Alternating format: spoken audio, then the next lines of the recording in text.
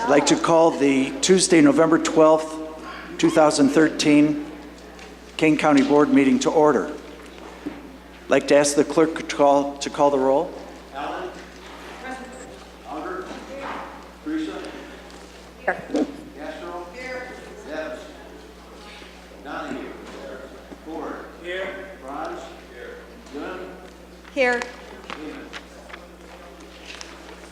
Olszak. Here. Kane. Here. Kazari. Here. Lash. Lewis. Here. Present. Collins. Here. Sheffel. Here. Silva.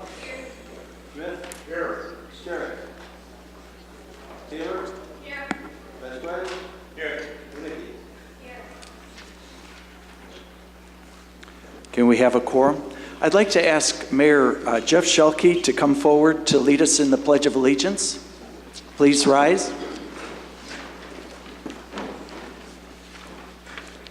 I pledge allegiance to the flag of the United States of America and to the republic for which it stands, one nation, under God, indivisible, with liberty and justice for all. Thank you. Let's see, for the prayer, I'd like to ask Pastor Mark Alvis from the Union Congregational Church of North Aurora to come forward. And would you please rise? I just want to take an opportunity to thank all of you for your service to this community. I'm a resident here, and I say thank you very much. I think local government is very underappreciated in our nation today, and I want to say thank you very, very much. And I don't want to give you the big head or anything, but in Psalm 82, you're referred to, because you're civil leaders, you're referred to as gods and sons of the Most High. And God is in the presence of these kind of meetings. So let's pray together. Heavenly Father, I want to thank you for these men and women for using their abilities, which I believe are given from you, their education, their experience, in a way that serves the people of this community, this county. And Heavenly Father, I pray that you will give them wisdom. I'm grateful that the Bible says if we lack wisdom, we can come to you and ask for it. You never chide us for that. So Lord, give wisdom in this assembly today.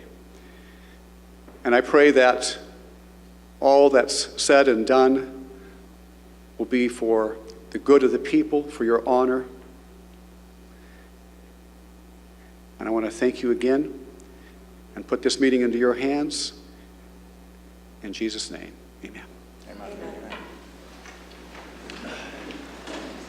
Thank you, Pastor. God bless you. Next on the agenda, approval of the minutes. These are going to be two sets of minutes from October 8th and then the special meeting from October 29th. May I have a motion? Mr. Ford, second by Ms. Allen. Any adjustments or amendments? If not, all those in favor say aye. Aye. Those opposed, nay. Ayes have it. The minutes from October 8th and October 29th are approved.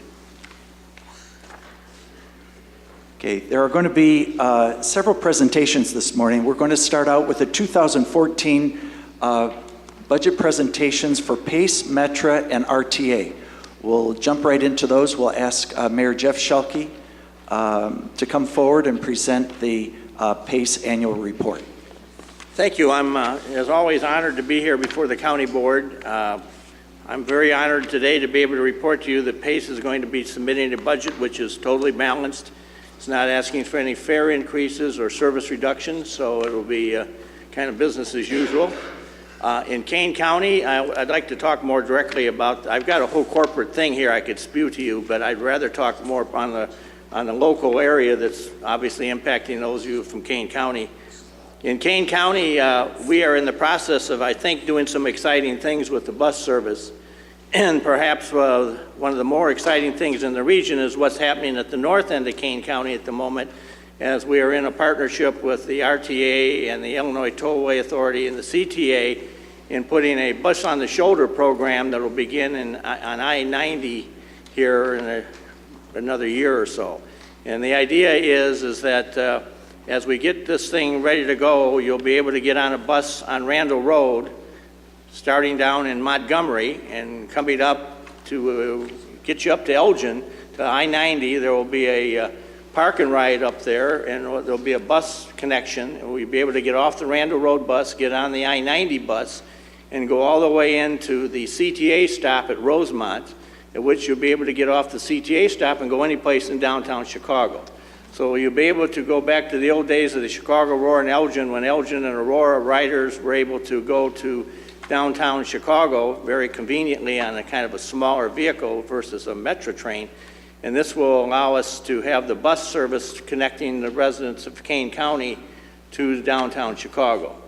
On the long haul of this thing is we currently have this already in place on I-55 from Joliet into downtown Chicago, and quite frankly what we have found is that the ridership, when you offer an east-west route that goes from the suburbs into the city area, our ridership is very significant on the I-55 bus so far. And I'm trying to talk the chairman into going with me someday, and we're going to go down and take the bus on I-55 so he can get a feel for what this is all about and what we're about to do in Kane County.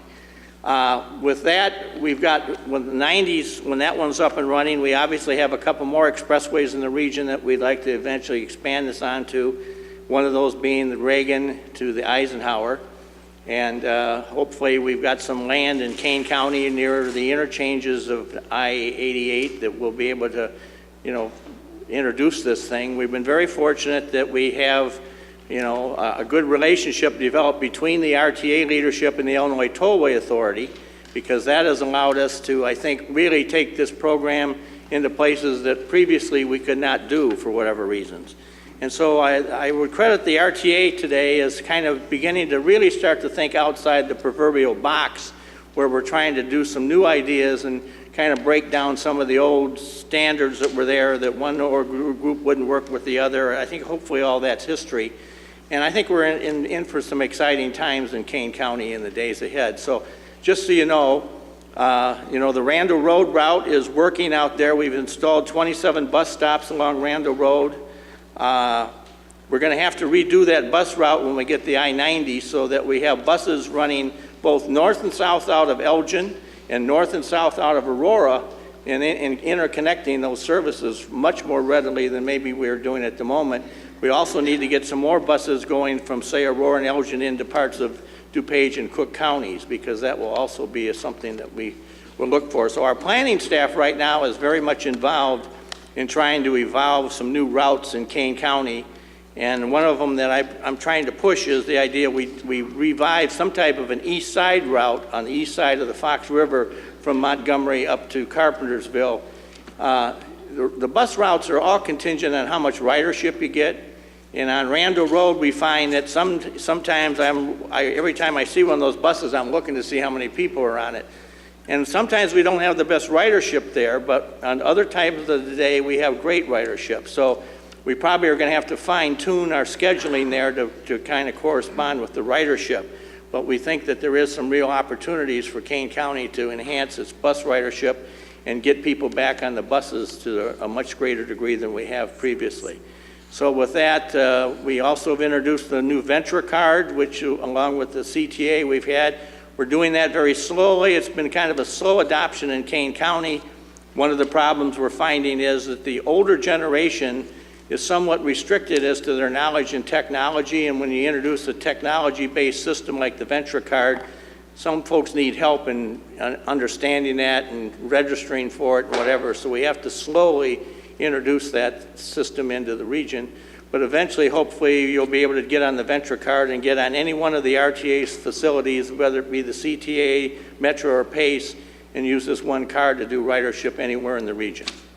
So I don't mean to take all the time here. So any quick questions that anybody would have? Quick questions, because we do have a very full agenda this morning, but one or two is good. Ms. Gillum?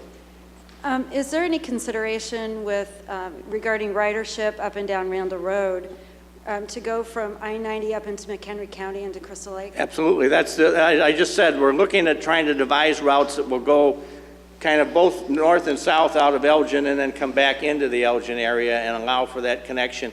But we have the same issue down in the south end of Kane County with the Montgomery area and whatever, so that we really need to kind of fill in those gaps. So that, to answer your question, is under the planning study right now. Because it does kind of end right at I-90, that Right. area. And then Absolutely. it's hard to go north. We're from very there. aware of that, you know, with the population expansion and that whole North and area west. is significant, and that's probably an untapped ridership.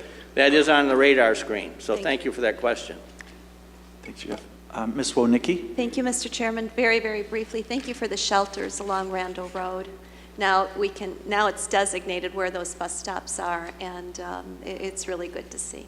They're not being used fully right now, but we think when we get Yeah. this I-90 thing going Oh, I and the bet. ability to go to Chicago, and the other thing it'll be, we're going to have, they're taking out the O'Hara Oasis on I-90, and they're going to be rebuilding that, so there will be a bus terminal connection there, and the CTA, I believe, is going to run a bus out of O'Hare Airport, so you'll be able to get on the bus here, and we'll connect you right into O'Hare Airport with it. So there's some exciting things coming out, so. Thank Anybody you, else? Mayor Schelke. Thank you. Appreciate it. Thank you very much for your decades of public service. And also, what a privilege it is to work with you on the Chicago Metropolitan Area Planning Board. You're highly respected in the whole region of Northern Illinois and beyond. The next presentation this morning is for Metra. I'd like to ask our representative from Kane County, Manny Barbosa, along with Demetrios Skoufis. Did I pronounce that correctly? Skoufis. And our executive director. Good morning, Mr. Chairman, county board members. This is my first opportunity to publicly thank you for your trust and confidence in this appointment. I'll try to live up to your expectations and endeavor to do my best. This morning, I'm accompanied by Mr. Orsino, our interim executive director, and Mr. Skoufis from the Community Legislative Affairs Department. And although I think you've already received copies outlining our 2014 budget, Mr. Orsino will give you highlights of that as well as any upcoming projects. Mr. Orsino. Thank you. Thank you, Manny. Mr. Arsenio. Good morning, Chairman and board members. I would like to present to you our 2014 operating budget. It's a balanced budget. It's about just shy of $1 billion. It's $728 million for operating side, close to $200 million for the capital side. We were able to do that without decreasing fares or increasing fares or decreasing our service out there. That's very, very important to us. A couple of things I do want to share with you. I want to thank everybody here, Chairman, for appointing Mr. Barbosa. We now have a full complement on our board. That's very, very exciting, and we're ready to go ahead. A couple of the things I do want to share with you. One of the issues that we've had, and I would be remiss if I didn't say this, is our capital shortfall that we have. Every year we talk about during budget season what we need to operate the railroad. And this year we've looked at our budget and everything else, and with the RTA, we're coming up with about a $9.7 billion shortfall on the capital side. What that means to everybody in the transportation industry, the way we divide the money up is very, very important. But really, there's not a single agency out there, whether it's the CTA, whether it's PACE, whether it's Metra, that doesn't need their fair share of funding. So what we need to do as we go through all of the challenges with the funding, figure out better ways to fund transportation. The pot needs to be bigger, not so much trading dollars in the pot. It needs to grow if we want to grow our transportation system and our infrastructure. This year, we've been able to complete a lot of the projects that we were working on. We're continuing to rebuild 176 rail cars at about $600,000 a piece versus $3 million to purchase new cars. That's a cost savings for us. We're able to go out and continue to refurbish stations, build new bridges. This year, in 2014, across the street, we're going to be looking at putting an additional level on the Geneva parking deck. That's very important to the community out here. We've been going out into the communities and talking to them about what their needs are. Some of the issues are just kind of we'd like to see this done, we'd like to see that done. So we're going out and some of the stations, we're repainting them, changing the lights, fixing things, making our stations more inviting. In order to increase ridership, we've got to make our stations more inviting so people feel safe when they go in there and use our system. One of the other initiatives that we have, we've increased our ridership. That's always a huge initiative for us. We're working on our strategic plan. As you heard about the Venture Card already, we're partnering with the CTA and PACE to work on the Venture Card. We're hoping to get that done. We're also working on an onboard solution so you can get on board our train, show your card, it'll charge it for the regional fare, which is going to be very important to make it easier for people to use transportation in the state of Illinois and in the Northeast Illinois area. Couple things we do to look at how we track ourselves. We use KPIs, which are called Key Performance Indicators.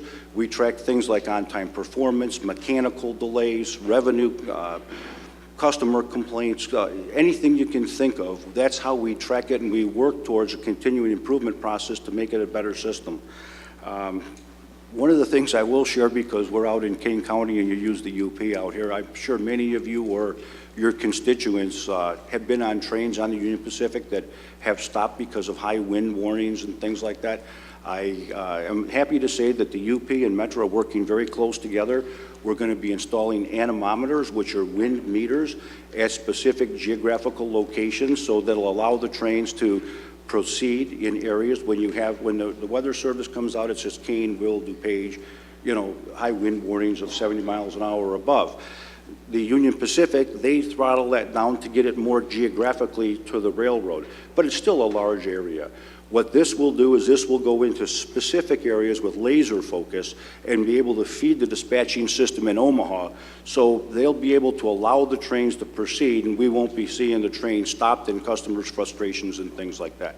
So those are some of the key points that we're working on, and I'm happy to say that that should be installed and completed by hopefully the first quarter of next year, so we hope that those delays will go away.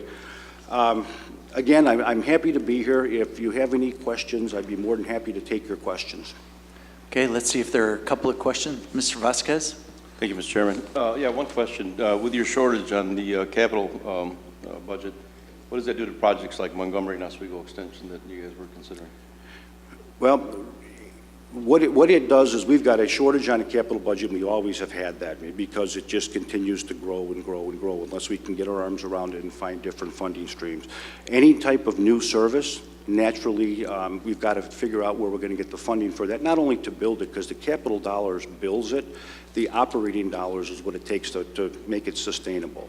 And what we need to do is look at things that we can build, we can get capital dollars for, and then we can sustain it. We can run the trains, we can pay for the fuel, pay for the crews. So again, funding is a challenge, but to answer your question in short, it doesn't help it.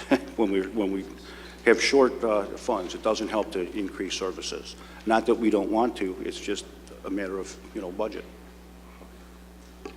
Thank you, Mr. Arsenio. Other questions, comments? If not, thank you very much, Mr. Arsenio. Thank you very much, Judge Barbosa. Next on the list is RTA. I'd like to welcome our Representative Don DeWitt, along with Joe Costello and B. Reyna Hickey. So thank you very much for coming this morning. Thank you, Chairman, members of the County Board. Like my mass transit colleague, Judge Barbosa, I would like to take this opportunity to thank all of you for your support back in September for my appointment to this position. Clearly, the RTA has its challenges, and as I've shared with a few of you, the job has come as advertised. So, but I am very pleased to be here today representing the RTA and more importantly, representing the residents of Kane County. I've taken this job with two primary responsibilities. One is to try to work to regain credibility with our mass transit system.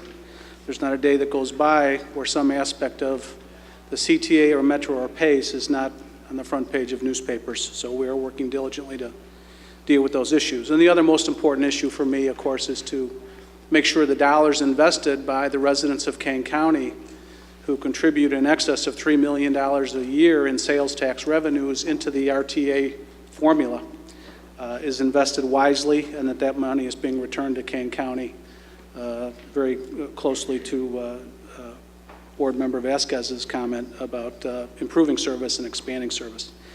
I'm joined today by two senior staff members of RTA, Executive Director Joe Costello and Deputy Executive Director and Chief Financial Officer B. Raina Hickey.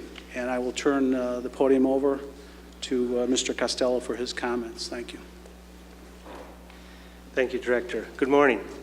As many of you know, the primary duties and responsibilities of the RTA are funding, planning, and oversight. In this role, the RTA is responsible for reviewing and approving the budgets, the two-year financial plans, and five-year capital programs of the service boards, the CTA, Metra, and PACE. The primary duties of the service boards are to establish service levels, set fares, and operate the service. State law requires that we appear in front of each one of the boards of the 6 counties in the Chicago region and talk about our budget. And so to do that, I'm going to turn it over to B. Raina Hickey, who is our Chief Financial Officer, a job I had for 16 years. Happy to turn it over to B. Big shoes to fill, although I was here last year, and I think I was on board like a couple of months when I came on board. So thank you again, and thank you for your time. It has been a challenge, and you know, I can give you my perspective. In the last year, one of the funny things was he indicated, our director indicated that the job came as described, and it is a challenge because there are 4 governing structures. And 4 boards, and these 4 boards have many members.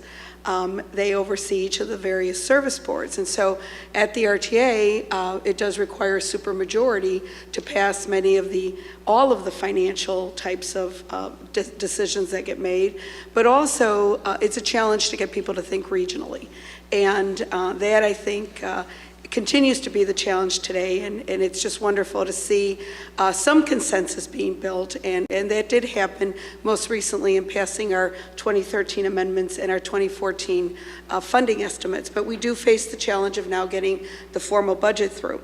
For 2014, the service board operating budgets call for stability in service and fare levels accompanied by modest ridership growth of 1% as the region continues along a path of economic recovery. Total annual expenditures for public transportation in northeastern Illinois are projected at $4.5 billion for 2014.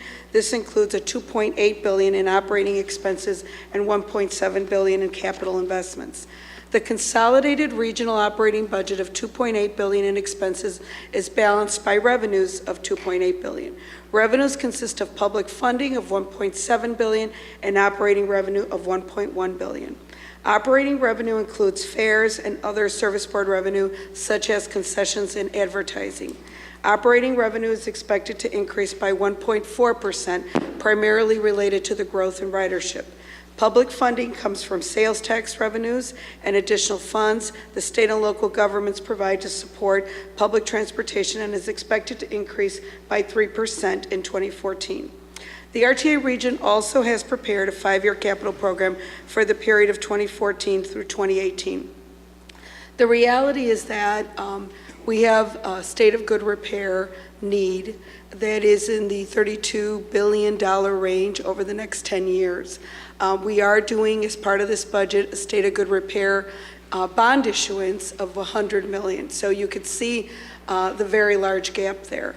A lot of the focus is on state of good repair and getting our assets into good condition. That state of good repair bond reserve will be split 50, 45, and 5 respectively, CTA, Metra, and PACE. But it just, you know, it's a dent, it's a dent in what we need. And clearly, the issues that we face relate to just not enough funding. All of the service boards have very critical needs. And I don't think, just it's the same pie, right, that everybody's fighting over a little piece, a little bit more of it. So I think it is a challenge, and the challenge is really about securing more funding, not necessarily dividing up any differently. We are looking at the results of a Delcan study, a study that was directed by our board members as part of the 2013 budget negotiations. And they looked at not only stability in the funding, but also looking at increases in that funding and looking at ways to divide up those that would guarantee certain stability for the various service boards, while at the same time allowing us to look at need-based funding or performance metrics and awarding some of that, at least that additional growth. But here we are faced with $4.6 billion over the 5-year period and funding of $1.7 billion projected for 2014. However, 2014 also includes $900 million in uncertain state funding for the Jump Start program, the capital bond program, because the state legislature has yet to authorize issuance of the bonds. Of the remaining $800 million in available funding for 2014, the federal government provides the majority of those funds at $466 million. Service Board and RTA bond programs provide an additional $287 million, or about 1/3 of the projected funding, excluding Jump Start. Of the $1.7 billion of public funding for operations, CTA will receive $714 million, or 43% of the total. Metro will receive $368 million, or 22% of the total. And PACE Suburban Service will receive $156 million. And PACE ADA Paratransit will receive $147 million, together representing 18% of the funding. The RTA will receive the remaining $285 million of public operations funding, which is used to pay regional debt service, funds for special innovation, coordination and enhancement, regional services, and agency operating expenses. Regional services and programs that the RTA operates include the ADA Paratransit Certification Program, which serves individuals with disabilities. More than 15,000 applications are received each year, and there are more than 53,000 eligible customers across the region. The RTA's Customer Service Center serves over 550,000 individuals with disabilities and older adults in the region enrolled in reduced fare and ride-free programs. The Travel Information Center handles over 5.2 million calls a year from CTA, Metro, and PACE riders. The online trip planner, which has recently been improved to give even more up-to-date alerts and information. And the travel training programs, which serve more than 1,500 older adults and people with disabilities each year. It teaches them how to use public transportation to give them more flexibility and fixed route options, as well as fighting isolation. Each of the service boards has a proposed budget with expense levels that balance with their public funding and operating revenue without fare increases or service cuts. Of the $1.7 billion of funding for capital improvement programs, including the state Jump Start program, the CTA will receive $990 million, and Metro and PACE will receive $577 million and $172 million, respectively. Highlights of the Service Board capital programs include the purchase of buses and rail cars, including hybrid and alternative fuel buses, Metro locomotive improvements, power and signal system upgrades, track and structure repair, bridge renewal, station renovations, progress on installation of the federally mandated positive train control, PTC on Metro, new van pool and paratransit vehicles, and construction of a PACE garage. Examples of the Kane County work that we've done is Ride in Kane Paratransit Program. In this program, RTA allocated $19 million in grant money to coordinate resources to provide more paratransit services in the area. The program now provides more than 12,000 trips per month. The South Elgin, St. Charles Transit Improvement Plans. The RTA allocated $175,000 in grant funds to identify transit needs and opportunities in this area due to the recent population and growth and development. Thanks to the work and some PACE route realignments, ridership in this area has increased 5-fold. The improvement of the Metro Geneva section parking. This project facilitated the completion of the third deck on the commuter parking deck at the Geneva Metro station. The RTA also allocated $100,000 in grant funds for a transit-oriented TOD study in the community, as well as to update to the village zoning ordinance to incorporate TOD principles.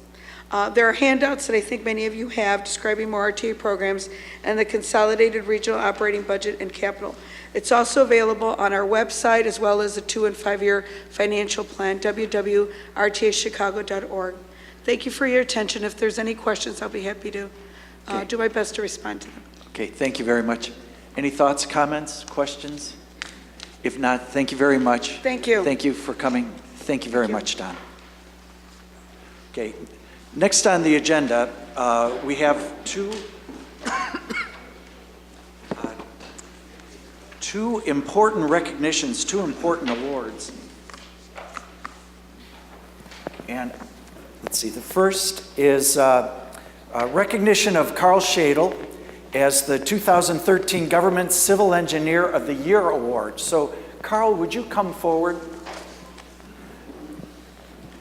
I think that for the members of the board, this is probably the best place, and for the audience, for the best place for us to be together. You know, Carl is a highly respected and accomplished engineer and a humble and generous citizen of Kane County. His accomplishments include leading the Stearns Road Bridge Corridor Project, establishing the first cooperative engineering education program, and serving as a board member of CASA, Kane County, advocating for the best interest of abused and neglected children in the juvenile court system. Things that you might not know about Carl is that he graduated magna cum laude with his civil engineering degree. He followed by completing his master's degree in urban planning as valedictorian of his class. He has been recognized by the American Public Works Association, the Chicago Metro chapter, as the top 10 public works leader of the year in 2011, and the 2012 Illinois Association of County Engineers Zone 1 County Engineer of the Year Award. So naturally, we are very grateful to have Mr. Shadle on our team and are proud of his awards as Government Civil Engineering of the Year Award. So, Carl, and you know what, please come on.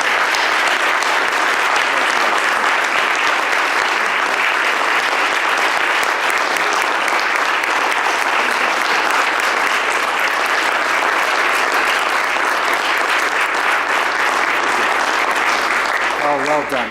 And it's a treat to work with you. A lot of horsepower there. The next award is the Outstanding Civil Engineering Achievement of the Year Award by the American Society of Civil Engineers, the Illinois section, for projects under $5 million. Kane County recently received statewide recognition and the respect of the engineering community for the Big Timber Road over Tyler Creek project as a model project, exhibiting the greatest skill and contribution to civil engineering and mankind. I'd like to recognize the project team, and who do we have with us? Well, we have Mike Sikosik for sure. Come on forward. Mike Sikosik is the Senior Project Manager for the Kane County Department of Transportation. Also with him are Ken Milkey, in the project and in the work is Ken Milkey. He was the construction manager for KDOT, and also Christopher B. Burke Engineering Limited, the county's design consultant, and then also Cotter Consulting, the county's construction consultant team. We replaced 2 bridges with a single new bridge and redesigned and relocated the creek while protecting endangered fish and mussel species. With many other environmental components to the project, it has been hailed as a model of environmental sustainability. Not only does it enhance the environment, but it's an innovative transportation improvement that will also benefit motorists and cyclists, bicyclists. So thank you very much, Mike. Congratulations to you and the whole team. I think that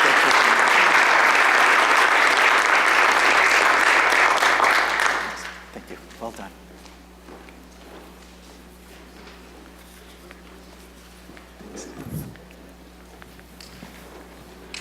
Okay, Roger, if you would go ahead and fire up the... You know, we have a new system here. You might have noticed that the projector is mounted up in the... And so it's higher. And so just wanted to give you a... Very good. Let's see. Good. You know, when we were children and we achieved something, we're given a ribbon or a blue star or, you know, a little medal, you know, those kinds of things. And we expected that, well, people are going to be grateful and for being a good boy or a good girl. But now that we're adults, it's our duty and our responsibility to get things done. In the private economy, the more you get done, the more accomplishments you have and you deliver, it leads to greater confidence in the work that you perform, and then that leads to more latitude, operating latitude. And so we are making progress. This is about a year ago when the elections took place, and we've been working together for a year. Right out of the box, there was the $2.5 million savings in the interest on some of the long-term bonds. I think that good momentum has been established on the Long Meadow Parkway. With no lobbyist, no press person, no administrator, we're saving an enormous amount of operating dollars. Animal control success, we focused on that. No longer are we missing a mortgage payment and needing it to be subsidized by the county taxpayers. The open budget process, I think that it's just a natural step forward when we talk about transparency in an open process, that our county auditor and our CPA treasurer have access to what it is that we do within the books at the county. So the team is really working together well. If any of you want to take time and really be impressed with how difficult the management of this entire justice system and public safety system is in Kane County, come to take a look at the court case management system proposals that are being made. Roger and his team have put together a system where just the evaluation forms that people fill out to evaluate, I think it's 4 different suppliers who have come forward, is about that thick in individual things that you're going to be basing. And then the RFP was about that thick as far as the things that we're asking people to do. And all that is being coordinated. And I'm just delighted by the leadership that Judge Keith Brown and all the members of the Judicial and Public Safety team. Barb Bonicki, thank you very much for what your committee and the members do. Also, and you know, after I put this together, Kurt, I thought of you. Because there's another piece that I think is going to, it's a right kind of habit to give our constituents choices to save money. And I think that one of the things that we do today is the electricity aggregation, where people have the choice of whether they want to buy as a total group. We have accomplished many good things in this first year together. It is like naive or it's for younger folks to think, well, gratitude, or some people, you know, sympathy when things go harder. But what we do need together is operating latitude. And so that's a confidence that flows back and forth from a board to an operating team, and then back and support and delivering accomplishments and achievements. Can we go to the next slide? This really is the point of what I'd like to share with you today is this is entirely our choice as board members. Our local portion of the world is watching us. It's really true that people judge us. They look and they say, do I want to work for you? Do I want to live here? Do I want to pay my taxes here? Do I want to even serve in public office? It's all of how we conduct ourselves. I think that it becomes what we're known for. What we're known for is a group of colleagues.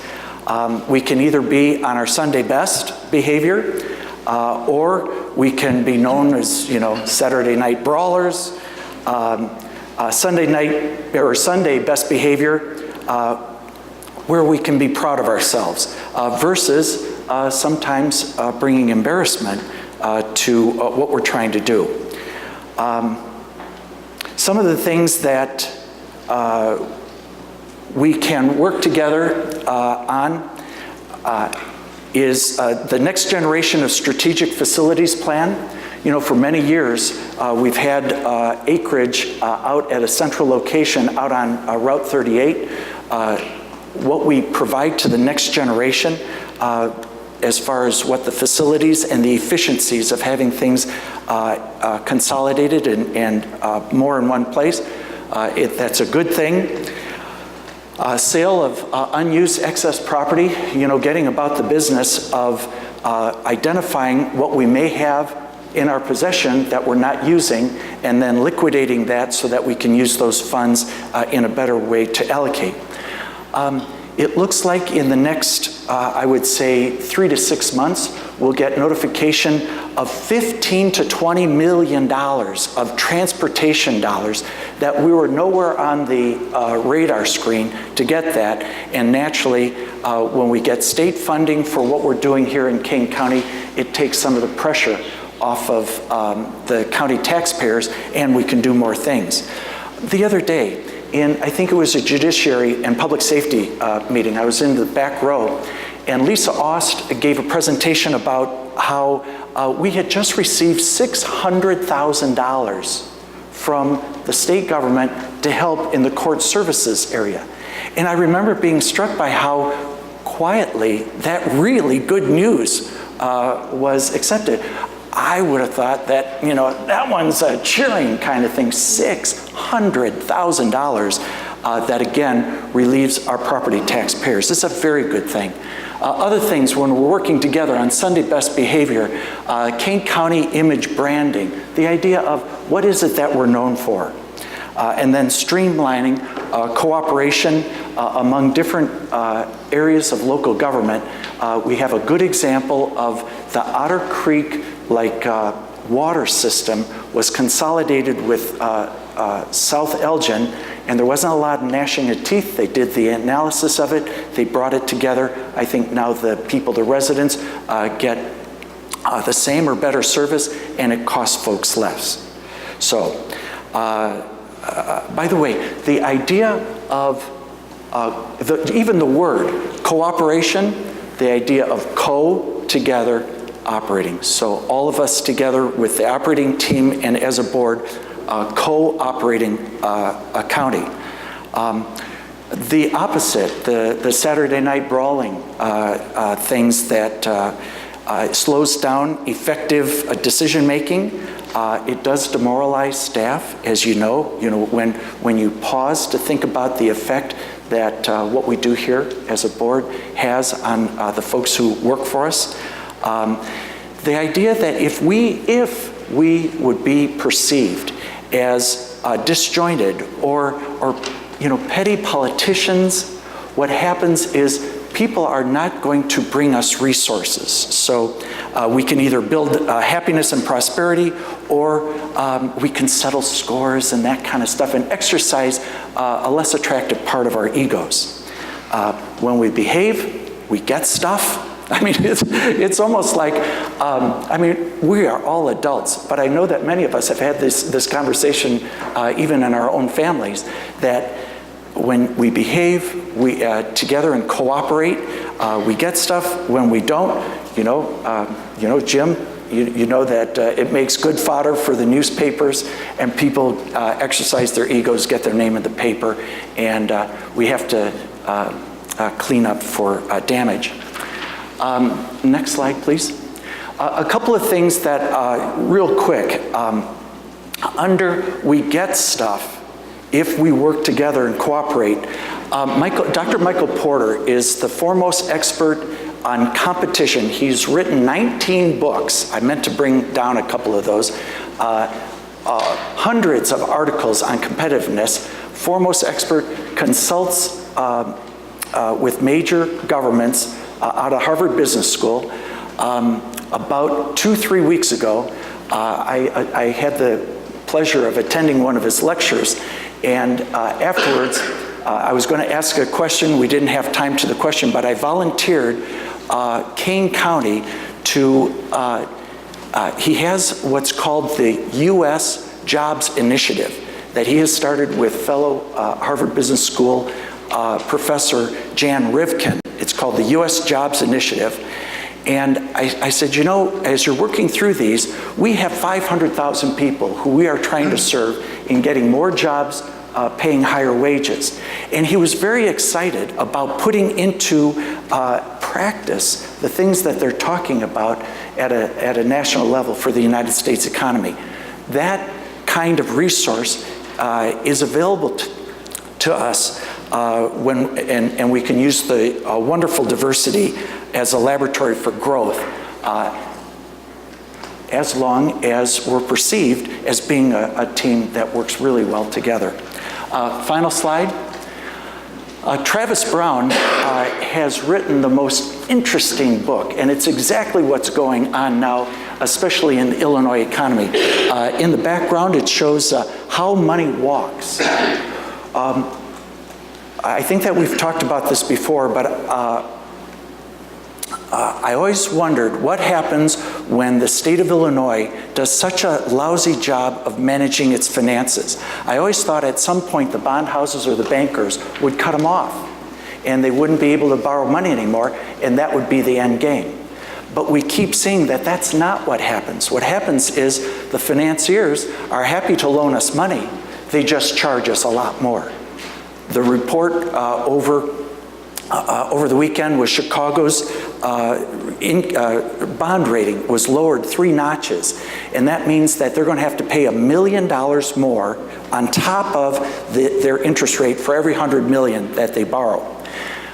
What really happens is that people and citizens walk away with their contribution, their human capital, and their financial assets. And so they just leave. And now Illinois is suffering from the highest out-migration.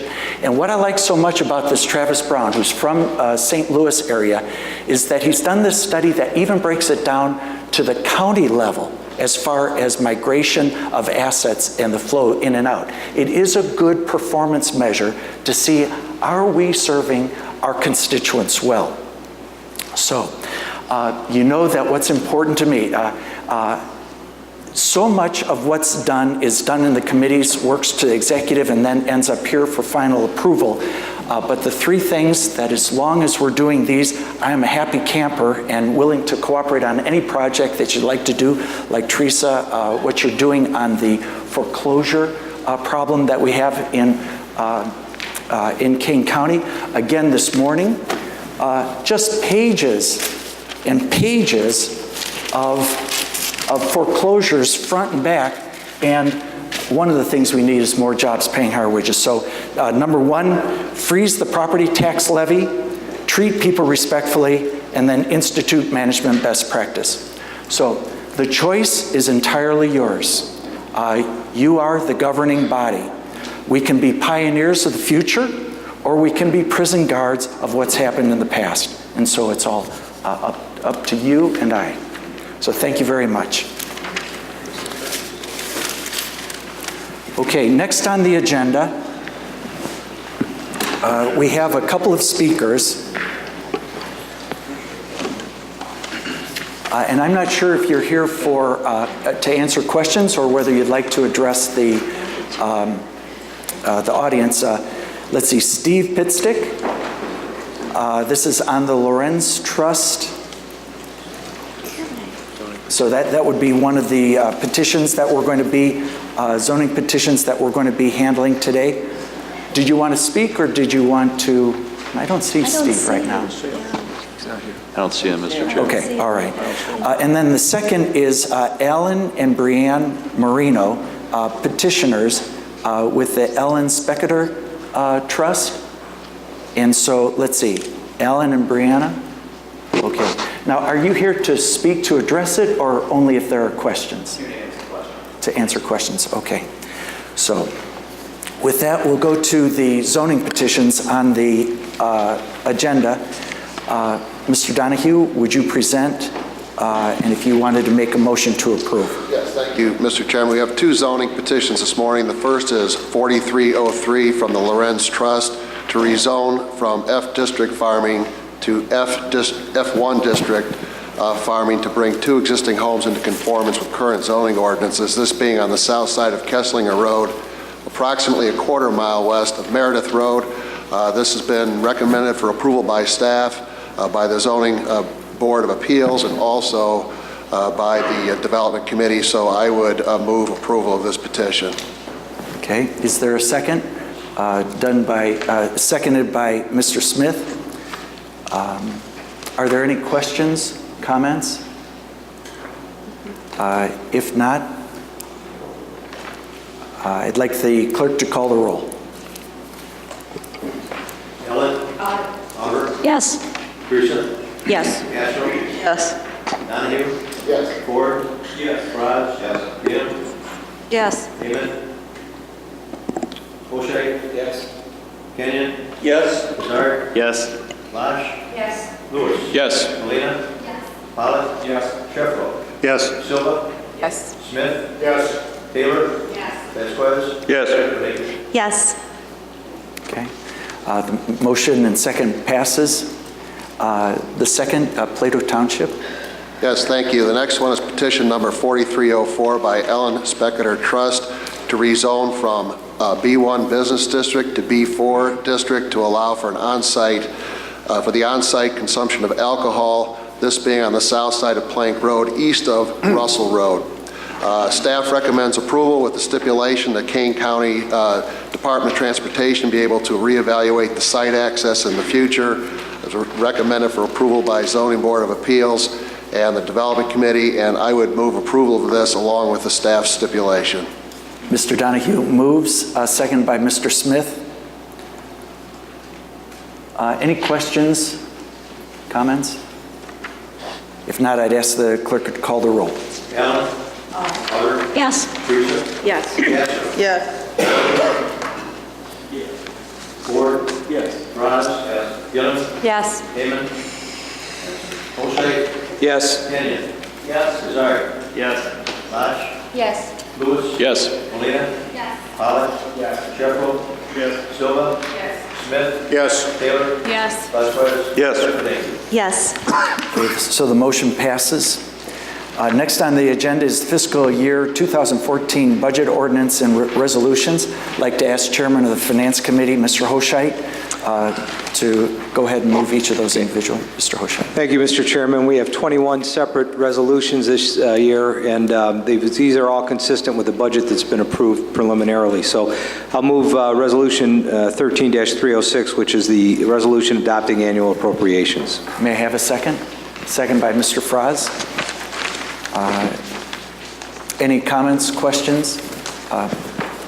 Mr. Smith? Mr. Chairman, Mr. Hoshite, we have passed numerous tax levies since I've been on the board. Some of us, myself included, have made promises to our constituents never to vote for a tax levy increase. However, would you explain to us what would happen if we do? If we don't vote against it? If we vote against it, excuse me.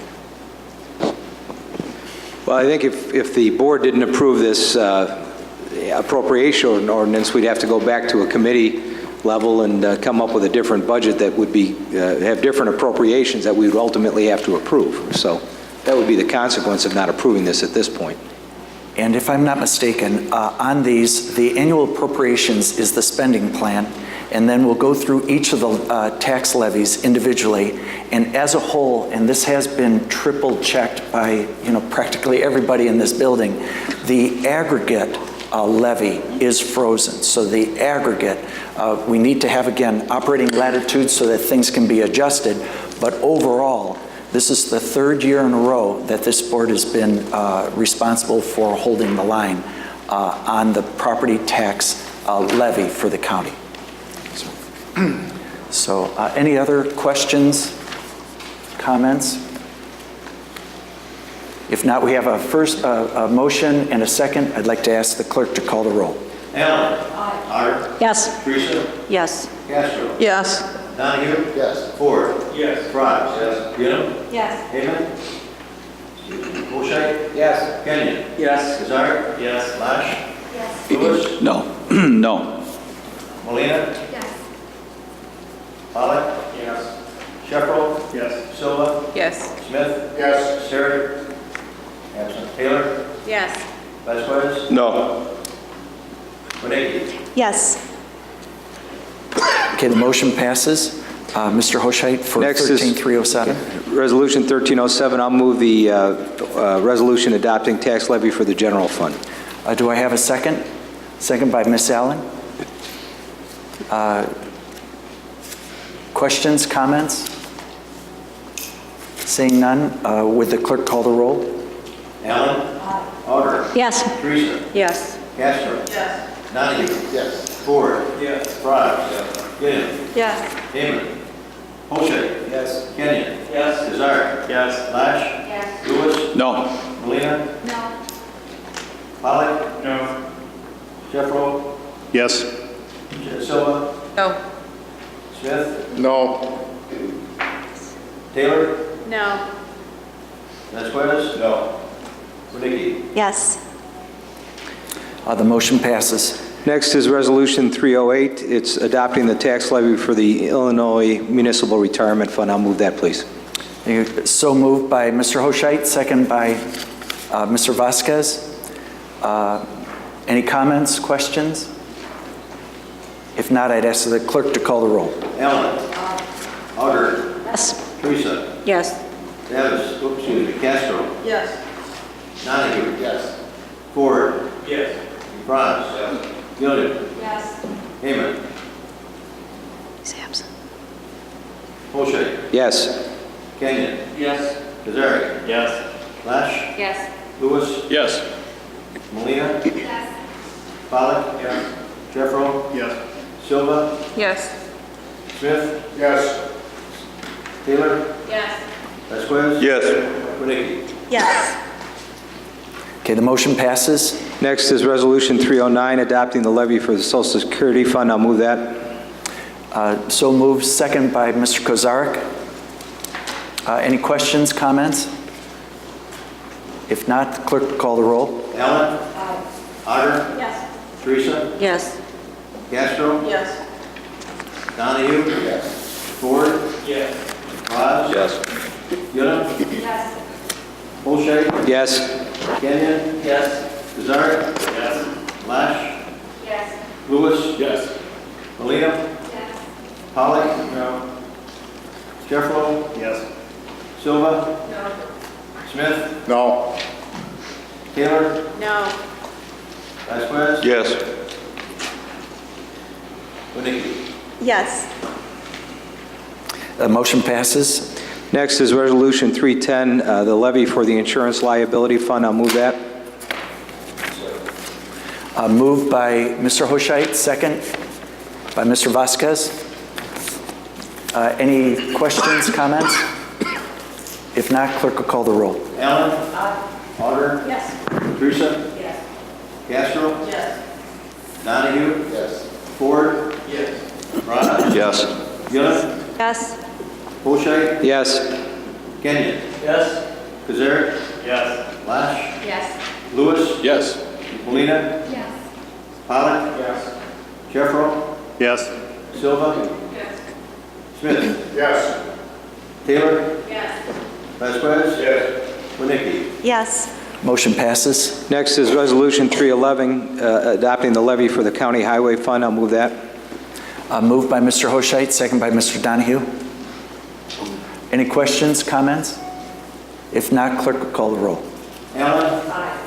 Auger? Yes. Teresa? Yes. Castro? Yes. Donahue? Yes. Ford? Yes. Franz? Yes. Gillian? Yes. Holshay? Yes. Kenyon? Yes. Kazari? Yes. Lash? Yes. Lewis? Yes. Molina? Yes. Was that it? Yes. Pollock? Yes. Jeffro? Yes. Silva? Yes. Smith? Yes. Taylor? Yes. Vasquez? Yes. Wadecki? Yes. Motion passes. Next, I'll move Resolution 312, adopting a levy for the County Bridge Fund. So moved by Mr. Hoshite, second by Ms. Allen. Any questions, comments? If not, ask the clerk to call the roll. Allen? Auger? Yes. Teresa? Yes. Castro? Yes. Donahue? Yes. Ford? Yes. Franz? Yes. Gillian? Yes. Hayman? Excuse me. Holshay? Yes. Kenyon? Yes. Kazari? Yes. Lash? Yes. Lewis? Yes. Molina? Yes. Pollock? Yes. Jeffro? Yes. Silva? Yes. Smith? Yes. Taylor? Yes. Vasquez? Yes. Wadecki? Yes. Motion passes. Next, I'll move Resolution 313, adopting the levy for the County Highway Matching Fund. So moved by Mr. Hoscheit, second by Ms. Auger. Any comments or questions? If not, the clerk will call the roll. Allen. Auger. Yes. Teresa. Yes. Castro. Yes. Donahue. Yes. Ford. Yes. Braz. Gilliam. Yes. Holshay. Yes. Kenyon. Yes. Kazari. Yes. Lash. Yes. Lewis. Yes. Molina. Yes. Pollock. Yes. Sheffro. Yes. Silva. Yes. Smith. Yes. Taylor. Yes. Vasquez. Yes. Janicki. Yes. Motion passes. Next, I'll move Resolution 314, adopting the levy for the County Health Fund. So moved by Mr. Hoscheit, second by Ms. Lesh. Any questions or comments? If not, clerk will call the roll. Allen. Auger. Yes. Teresa. Yes. Castro. Yes. Donahue. Yes. Ford. Yes. Braz. Yes. Heeman. Gillum? Gilliam, excuse me. Yes. Holshay. Yes. Kenyon. Yes. Kazari. Yes. Lash. Yes. Lewis. Yes. Molina. Yes. Pollock. Yes. Sheffro. Yes. Silva. Yes. Smith. Yes. Taylor. Yes. Vasquez. Yes. Janicki. Okay, motion passes. Next, I'll move Resolution 315, adopting the levy for the Veterans Commission Fund. So moved by Mr. Hoscheit, second by Mr. Smith. Any questions or comments? If not, clerk will call the roll. Allen. Auger. Yes. Teresa. Yes. Castro. Yes. Donahue. Yes. Ford. Yes. Braz. Yes. Gilliam. Yes. Holshay. Yes. Kenyon. Yes. Kazari. Yes. Lash. Yes. Lewis. Yes. Molina. Yes. Pollock. Yes. Sheffro. Yes. Silva. Yes. Smith. Yes. Taylor. Yes. Vasquez. Yes. Janicki. Yes. Motion passes. Next, I'll move Resolution 316, adopting the tax levy for Mill Creek Special Service Area. So moved by Mr. Hoscheit, second by Mr. Franz. Any questions or comments? If not, clerk will call the roll. Allen. Auger. Yes. Teresa. Yes. Castro. Yes. Donahue. Yes. Ford. Yes. Braz. Yes. Gilliam. Yes. Holshay. Yes. Kenyon. Yes. Kazari. Yes. Lash. Yes. Lewis. Yes. Molina. Yes. Pollock. Yes. Sheffro. Yes. Silva. Yes. Smith. Yes. Taylor. Yes. Vasquez. Yes. Janicki. Yes. Motion passes. Next, I'll move Resolution 317, adopting the tax levy for Sunvale Special Billing Area. Motion made by Mr. Hoscheit, second by Ms. Castro. Any questions, comments? If not, clerk will call the roll. Allen. Auger. Yes. Teresa. Yes. Castro. Yes. Donahue. Yes. Ford. Yes. Braz. Yes. Gilliam. Yes. Holshay. Yes. Kenyon. Yes. Kazari. Yes. Lash. Yes. Lewis. Yes. Molina. Yes. Pollock. Sheffro. Yes. Silva. Yes. Smith. Yes. Scarrett. Taylor. Yes. Vasquez. Yes. Janicki. Yes. Motion passes. Next, I'll move Resolution 318, adopting the tax levy for Middle Creek Special Service Area. So moved by Mr. Hoscheit, seconded by Mr. Franz. Any comments, questions? If not, clerk will call the roll. Allen. Auger. Yes. Teresa. Yes. Castro. Yes. Donahue. Yes. Ford. Yes. Braz. Yes. Gilliam. Yes. Holshay. Yes. Kenyon. Yes. Kazari. Yes. Lash. Yes. Lewis. Yes. Molina. Yes. Pollock. Yes. Sheffro. Yes. Silva. Yes. Smith. Yes. Taylor. Yes. Vasquez. Yes. Janicki. Yes. Motion passes. Next, I'll move Resolution 319, adopting the tax levy for Shirewood Special Service Area. So moved by Mr. Hoscheit, second by Ms. Castro. It's my district. Oh, excuse me. If you don't mind, Ms. Castro. Mr. Smith? That's my district. Thank you. Second by Mr. Smith. Any questions, comments? If not, clerk will call the roll. Allen. Auger. Yes. Teresa. Yes. Castro. Yes. Donahue? Yes. Ford? Yes. Frye? Yes. Gooden? Yes. O'Shea? Yes. Kenyon? Yes. Kazari? Yes. Lash? Yes. Lewis? Yes. Molina, Yes. Pollock? Yes. Sheffler? Yes. Silva? Yes. Smith? Yes. Taylor? Yes. Vasquez? Yes. Wadecki? Yes. Motion passes. Next, I'll move Resolution 320, adopting the tax levy for Ogden Gardens Special Billing Area. So moved by Mr. Hoshite, second by Dr. Silva. Any comments or questions? Mr. Ford? Thank you, Mr. Chairman. Just one. I was involved in this project when I was working for the city of Aurora, and I remember walking out there, meeting with the residents, and this is a long overdue project. It's going to be a big plus to to Aurora, and especially to the east side of Aurora. Okay. Thank you. Other comments, questions? If not, clerk will call the roll. Allen? Auger? Yes. Teresa? Yes. Castro? Yes. Donahue? Yes. Ford? Yes. Frye? Yes. Gooden? Yes. O'Shea? Yes. Kenyon? Yes. Kazari? Yes. Lash? Yes. Lewis? Yes. Molina, Yes. Pollock? Yes. Sheffler? Yes. Silva? Yes. Smith? Yes. Taylor? Yes. Vasquez? Yes. Wadecki? Yes. Motion passes. Next, I'll move Resolution 321, adopting the tax levy for Wildwood West Special Billing Area. So moved by Mr. Hoshite, second by Ms. Castro. Any questions, comments? If not, clerk will call the roll. Allen? Otter? Yes. Teresa? Castro? Yes. Donahue? Yes. Ford? Yes. Frye? Yes. Gooden? Yes. O'Shea? Yes. Kenyon? Yes. Kazari? Gotta break up the monotony. Want to repeat that? Kazari? Yes. Lash? Yes. Lewis? Yes. Molina, Yes. Pollock? Yes. Sheffler? Yes. Silva? Yes. Smith? Yes. Taylor? Yes. Vasquez? Yes. Wadecki? Yes. Motion passes. Next, I'll move Resolution 322, adopting tax levy for Cheval de Selle Venetia Special Billing Area. So moved by Mr. Hoshite, second by Ms. Wonicki. Any questions, comments?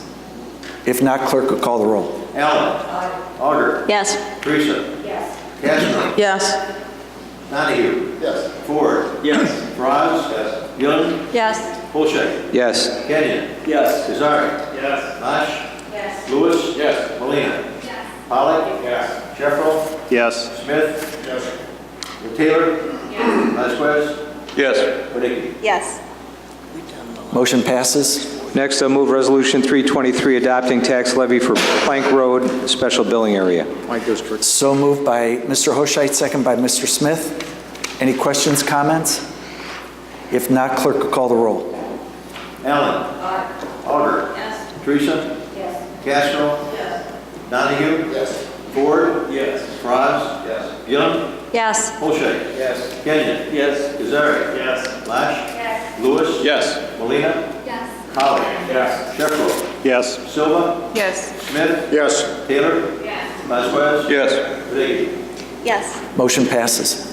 Move Resolution 324, adopting the tax levy for the Exposition View Special Billing Area. So moved by Mr. Hoshite, second by Mr. Ford. Any questions, comments? If not, clerk will call the roll. Allen? Auger? Yes. Teresa? Yes. Castro? Yes. Donahue? Yes. Ford? Yes. Frye? Yes. Gooden? Yes. O'Shea? Yes. Kenyon? Yes. Kazari? Yes. Lash? She stepped I stepped away. Lewis? Yes. Molina, Yes. Pollock? Yes. Sheffler? Yes. Silva? Yes. Smith? Yes. Taylor? Yes. Vasquez? Yes. Wadecki? Yes. Motion passes. Next, I move Resolution 325, adopting the tax levy for Pasadena Drive Special Billing Area. Motion made by Mr. Hoshite, second by Mr. Vasquez. Any questions or comments? If not, clerk will call the roll. Allen? Auger? Yes. Teresa? Yes. Castro? Yes. Donahue? Yes. Ford? Yes. Frye? Gooden? Yes. O'Shea? Yes. Kenyon? Yes. Kazari? Yes. Lash? Stepped away. Lewis? Yes. Molina. Yes. Pollock. Yes. Sheffro. Yes. Silva. Yes. Smith. Yes. Taylor. Yes. Vasquez. Yes. Wadecki. Yes. A motion passes. Finally, I'll move Resolution 326, adopting the tax levy for Crane Road Estates Special Billing Area. So moved by Mr. Hoshite, second by Mr. Fraz. Any questions, comments? If not, clerk will call the roll. Allen. Auger. Yes. Teresa. Yes. Castro. Yes. Donahue. Yes. Ford. Yes. Frye. Yes. Gibb. Yes. Bochet. Yes. Kenyon. Yes. Kazari. Yes. Lesh. Yes. Lewis. Yes. Molina. Yes. Pollock. Yes. Sheffro. Yes. Silva. Yes. Smith. Yes. Taylor. Yes. Vasquez. Yes. Motion passes. So, Mr. Hoshite, I think that takes care of it? Right? Okay. I'd like to congratulate the board on passing a $250 million budget.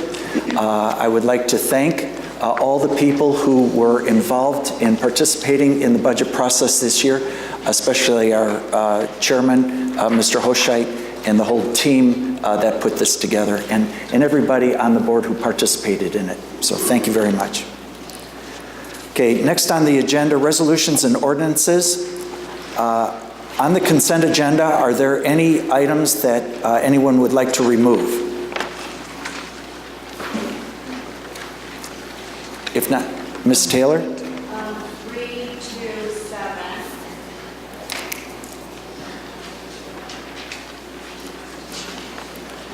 Any others? Okay, if not, I'll ask the, need a motion to pass the consent agenda. So moved by Ms. Lesh, second by Dr. Silva. So let's see, any questions, comments? Mr. Chairman, I want to remove an item, 337. Mr. Vasquez, what number? 337. Any others? If not, I'd like to ask the clerk to call the roll. Helen. Otter. Yes. Teresa. Yes. Castro. Yes. Donahue. Yes. Ford. Yes. Frye. Yes. Good. Yes. Bochet. Yes. Kenyon. Yes. Kazari. Yes. Lesh. Yes. Lewis. Yes. Molina. Yes. Pollock. Yes. Sheffro. Yes. Silva. Yes. Smith. Yes. Taylor. Yes. Vasquez. Yes. Wadecki. Yes. Okay, motion passes. The consent agenda passes with the exception of 327 and 337. Next on the agenda would be Resolution 13327. Ms. Taylor, Make a motion and then discuss it? do you want to make the motion? Okay, so moved by Ms. Taylor, second by Mr. Ford. Any discussion, Ms. Taylor? My concern after reading the resolution coming forward is I'm noticing that one of the decision makers as to a director hire that's happening in the county, one of those decision makers is also a fellow colleague director. In my opinion, I think that should be members that are here as a county board members that are elected to do this job versus, in essence, a colleague making the decision of a fellow director. I know I was here through all the discussions when it was happening. In my opinion, I do think it's drastically important that the HR director is involved in the process, making sure we're following the human resource laws that are throughout the nation. However, I think that in the decision-making element, I don't necessarily agree with that part. Let's see, to clarify, the appointment is made by the operating officer. The decision will be made by the operating officer with the input, and generally out of the discussion, I would hope that, and I anticipate that it would be consensus.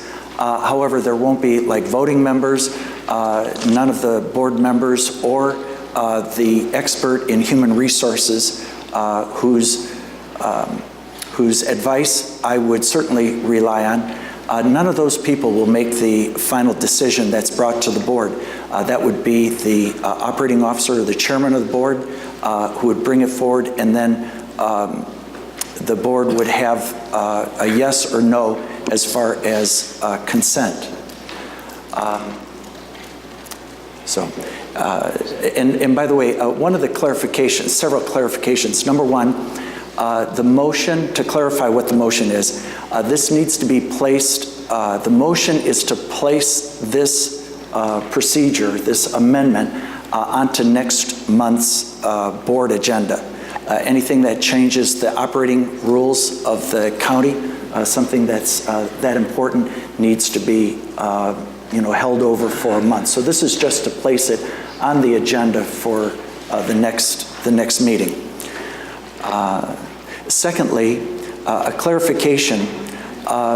Again, I think that the intention of participation, open, and transparency is very good, and I totally agree with that.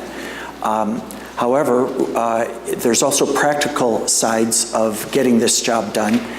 And so in the first stage, I think that there are really three steps. One are the three people who were talked about. It'd be the chairman of the standing committee, the person who has more professional experience in human resource hiring, firing, managing, and then the chairman of the board who would be responsible. If those people are to sit down and meet, what occurs is that all the Open Meetings Acts or rules apply, and so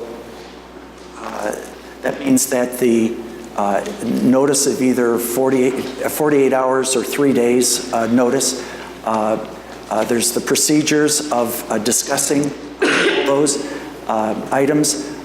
There's a person comes to take minutes, then I guess at the next meeting minutes need to be approved. All of those things happen in a narrowing. One of the things that helped keep the process open and participatory, but didn't make it so that it was an impossible process, was that each individual gave their input to me independently, so it wasn't as part of a meeting.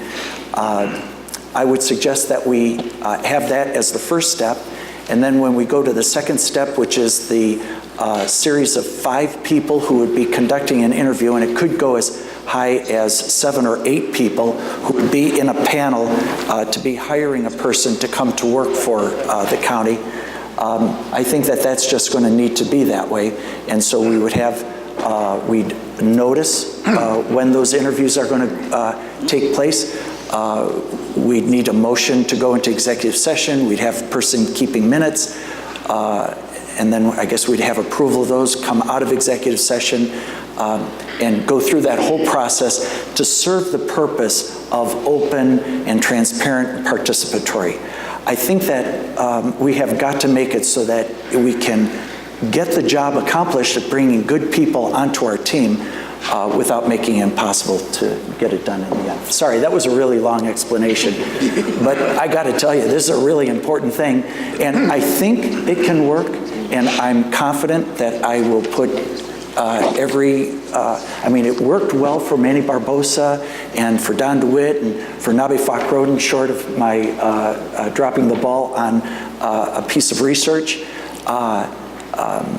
And the goal is good. Let's see how it works in practice. So, other conversation, discussion. Ms. Hauger. Thank you, Mr. Chairman. I just had a grammatical question. If you read the second paragraph, it doesn't really make sense. It says, to the extent not set by operation of state statute or other sections of this code, if we delete the appointment of all department heads and then keep in the adjusting of their salaries to be initiated, who is the there?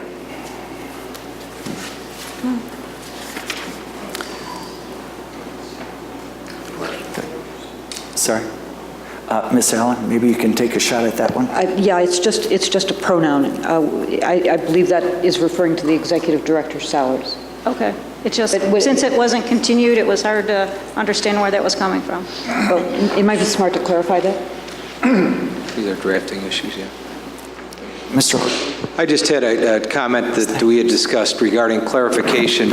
Reading it, it doesn't spell out who the executive people are, or who the directors are, and who the committee chairmen are that they report to. So it may be for purpose of clarification appropriate to add an exhibit to this document that has an organizational chart and identifies who this covers so that we all know who those people are. And I think that's something that's known in HR. And so, for example, finance director's position, and of course the board or the committee member would be the finance chairman that we report to. So I would just ask that we consider adding that as clarification, just to make sure that there isn't a debate down the road as to whether a given individual who we hire fell within this executive position. Okay. If there are no objections to that, I think that that makes sense. I think that that clarification can be made. Mr. Kenyon? Correct it the way Maggie Augers suggested. Sometimes when people go through and line it out, they forget to move the words back where they should be. Right. I mean, it always happens, not just here. If we need to clarify that, That's all. I mean, that makes sense too. Let's see, Mr. Smith? The way I read this, I understand this just to be a change in procedure. The final decision on all appointments will be made by this board. Am I correct? The consent, the decision of who to hire, I believe, rests in the chairman, and the chairman comes to the board for their consent. And what we're talking about, the procedure, is the advice portion of advice and consent. Okay, Ms. Lesh? Thank you, Mr. Chairman. Could you just re-clarify, because I was perplexed on your statement of stating that a vote for this today brings it back to next month as well? The motion, to clarify the motion, well, Mr. Canale? Yeah, this is an amendment to the county code, so it has to lay over for a month, and then it comes back in December. That's required by the county code. Okay. And it also gives the board the opportunity to think about it, because we're changing the operating document by which we're governed. So a long time ago, the county board thought that was a good idea to do that, and so some of the changes that have been proposed here will most likely be incorporated into the final document. That's why we do it. Okay, so we could potentially pass it today and then perhaps next month not? No, you can't pass it today. Well, You got to wait 30 days. Yeah. The motion will be to place it on the agenda for the next board meeting. And in the meantime, these, like for instance, the exhibit, any clarification necessary, anything else that comes out of this discussion would be done during that month. And then final passage would be after everybody has a month to take a look at it. Got it, thank you. Appreciate it. Ms. Molina? Mr. Chairman, just for further clarification, the ordinance that was discussed during the administration meeting isn't the complete ordinance that we're looking at. So I just want to make sure staff kind of looks at what the ordinance was and where the additional paragraph was to be made. Because I'm looking at it now and it's separate, it's not complete, so. Okay, could you help us with being specific on what's either lacking or there that should Sure, be there? Mr. Hoyshite mentioned the department head, the term department heads. It's listed in the ordinance that we're referring to. It's just not listed on the amended version that we're looking at now. Okay, I think that there is a question of, department heads, what's considered a department? I think that was changed to executive directors, and I think to make sure that that's clear, there should be the list that in the exhibit that Mr. Hoshite's referring to. Right. So there was that concern. There are some structures here that are known as departments that might not have an executive director in place. Okay, thank you. By the way, also with some of the work that you had done earlier to help guide this process through, it's an important distinction that what we're talking about limiting healthy participation, open, transparent in the process, that is not a necessary thing for the establishment of what the salary ranges are. And so one of the points that you had made in an earlier, I think it was at administration committee, one of the things important to you and I think to other folks on the board, and it makes sense, is that we have time and it is like an inanimate object. It's not a human being and we don't have a family involved. The idea of taking a look at what salary ranges are I agree, and I think that the language does say this, that it goes to Standing Committee, Finance, Exec, and to the Board. That should remain as it was passed about a year ago. So, any other accommodations, or Ms. Gillum? Thank you, Mr. Chairman. Regarding salaries, the statement says salary range as it sees fit with the current budget. So is that, say we do this mid-year, director is needed to be chosen, and there's, say, sales tax figures are up. How is that, I want to make sure that that kind of money is not applied to increasing a salary range. Is that the case, or? I guess, do we need to define it more about budget set at the beginning of the year, or?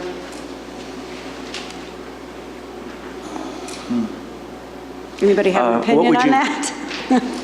What would you suggest would be a clarification? A current adopted budget or something like that. Okay, let's take a look at that. Does that, I don't know, is that clear for everybody else and just not me? Here's what it currently does. It just says Mr. Vasquez? Thank you, Mr. Chairman. What it currently does, it tells you that, if you're going to hire somebody midstream and you can't go and change what the pay scale is for that particular person because you've already budgeted for that year. If the chairman wants to do that, then he has to come to the board to get consent to be able to amend that. So really, we have a safety net that says this is how much you can give that person, period. Okay. If you want more, you have to come to us. Okay. Now, he can also pay less. Thank you. Okay, Mr. Lewis, I think you had. Yes, thank you, Mr. Chairman. There was at length discussion about this in the Administration Committee, and the specific issue of the membership of the 5 people in the second round of interviewing. And during that conversation, the resolution left the committee with the chairman of the standing committee and the chairman naming a second member of that committee. And I note in the ordinance that we're currently voting on to pass forward the word preferably another member of the standing committee. And the word preferably has been added to the resolution. And that apparently occurred during executive. I mean, I was not at the last executive committee meeting, so I don't know how that word got in there, because that was not in the resolution when it left the administration committee. So I'm just a point of clarification as to how that happened. Maybe I can help shed some light. All of us being there at that administration meeting, I don't think that something came out of the committee in final stone form.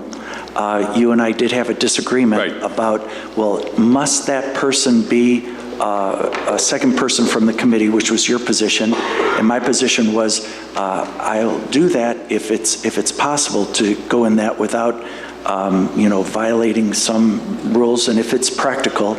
And so I did put it in as preferable as we worked it through to where it was something concrete to be considered here. That is, I would ask for that kind of, I would ask the board for that kind of flexibility in assigning who is going to be working away at, in those 5 folks. It's already very, potentially very unwieldy. And I would ask for flexibility on that one person of what could be a 5 to 7, maybe an 8-member team that's going to be a panel hiring that person. I remember that I served on the committee as chairman, one of the co-chairmen, where we hired the state auditor, the General Assembly, the Auditor General of the state of Illinois, who reported to both chambers, both the Senate and the House of the 5th largest state in the Union, and we didn't have 7 people on that process. But I think that it is, if it's 5, and if there's some flexibility of what works for that specific situation, because we are putting this into our operating ordinances, I would ask for that consideration in this. Mr. Lewis? Thank you, Mr. Chairman. The issue of discussion was a principle that the committee provides oversight. And I strongly believe that the endorsement of a candidate from that committee is very important to the success of that candidate. And I felt it was important that the chairman, as well as another member of that committee, bring forward that nomination to this board. I felt that that strength would be valuable currently and in the future of county operations. It is not, the recommendation is not intended to dilute the authority or preference of the chairman, but rather to reinforce the concept and the principle that we as board members, as we sit on committees, have a charge by the citizens we represent to provide good oversight, and I believe that oversight also includes a voice, a substantial voice, being 2 members in the hiring of the director for that organization that we're providing oversight to. So that's the principle of it. It's not about diluting the chairman's authority, but rather to instill in the county ordinances an impact for the committee members. So that's just clarification. Thank you, Mr. Lewis. From a historical context, it's certainly important that our staff enjoys the support of standing committee members, but do keep in perspective that we've never had this procedure in place. We haven't had it if it's so essential, why hasn't it been done before this point? And so it does make sense, and we certainly want that support, but we are in some uncharted territory right now, and I think that if we err on the side of flexibility, but with the open and transparent participation of more board members, I think we're going in the right direction. It might not be perfect, so I very much appreciate the thoughts, the suggestion. Other thoughts, Mr. Smith? Yeah, I think this is important, and I'll tell you why. We have many board members there that have background and expertise in particular areas. They may not be assigned to that standing committee. However, their input into any decisions being made would be much greater than possibly a member of the standing committee that has no background or expertise in that area. Okay, we'll take maybe 1 or 2 more comments. Ms. Taylor? I apologize if I missed it in one of the prior meetings, but I thought this was supposed to be reviewed by the state's attorney's office, and I wanted to make sure that that did get done. Correct? It did get done. Mr. Lelvis, did you review it? We did. Thank you. Okay, next item question. If not, the motion was made, if somebody could remind me, the motion was by Ms. Taylor, second by Mr. Ford. If no other comments, questions, I'll ask the clerk to call the roll on the motion to place this on the agenda, fine-tuned at our next board meeting. Allen? Aye. Carter? Yes. Teresa? Yes. Castro? Yes. Donahue? Ford? Yes. Ross? Yes. Goodham? Yes. Motion? Yes. Kenyon? Yes. Kazar? Yes. Lash? Yes. Lewis? Yes. Molina? Yes. Holly? Yes. Stefan? Yes. Silva? Yes. Smith? Yes. Taylor? Yes. Vasquez? Yes. Winnicki? Yes. Okay, the motion passes. Now to Resolution 13337. Mr. Vasquez, or? I'll move it. Okay, so it's moved by Mr. Hoshite, second by Ms. Castro. Let's see, comment. First up, Mr. Vasquez. Thank you, Mr. Chairman. A couple of things on this. I'm going to be voting no on this particular issue, not because of wine surgery, not because it's a local insurance agency. It's just the way we purchased this insurance policies, or actually our broker this year. Typically, what we've done in the past when we changed it to was that we had brokers competing against each other and then getting the best bid for the county.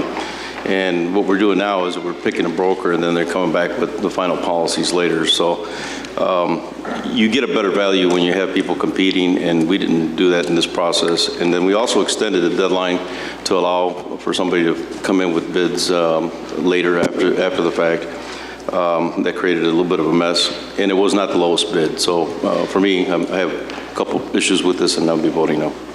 Okay, thank you, Mr. Vasquez. Ms. Castro, also chairman of the Public Services Committee. Okay. Human Services. I'll keep it very short because I know I've briefed a lot of you on this over and over again, so I'll keep it very short. Just to answer Jesse's perspective, they did go head-to-head, but there was a problem. They were using the same underwriter. So when you have the same underwriter, the underwriter's essentially competing with themselves. So that process didn't work. Normally, if it was they were using two different underwriters, yes, it would. Even both groups, when they came to present to Human Services, said they've never done this before. This is very unusual for them to go head-to-head. There were a lot of problems with the bid. When we met, I was a part of the process, along with Sheila McCraven, Joe Onsack, Chairman Lauzon, Chris Rossman, and our insurance consultant. We originally had agreed with the consultant, with Mr. Rossman in the room, that we would get these results back by the 16th. Somehow or another, unbeknownst to myself and Sheila, the date got moved to the 22nd, which would have been the day before Human Services, the original Human Services. I moved it back a week, so that way I would allow them to provide all that information to us so we can make the decision. Sheila felt that was not enough time and asked Mr. Rossman, we need to get these sooner. So the current person who we chose, Wine Surgery, they were notified at 5 p.m. on the Friday before. So you're left scrambling to try to get your underwriter, and as we all know, 5 o'clock, most people go home. So they went ahead and continued, and they notified Mr. Rossman of this, and Mr. Rossman said it was fine.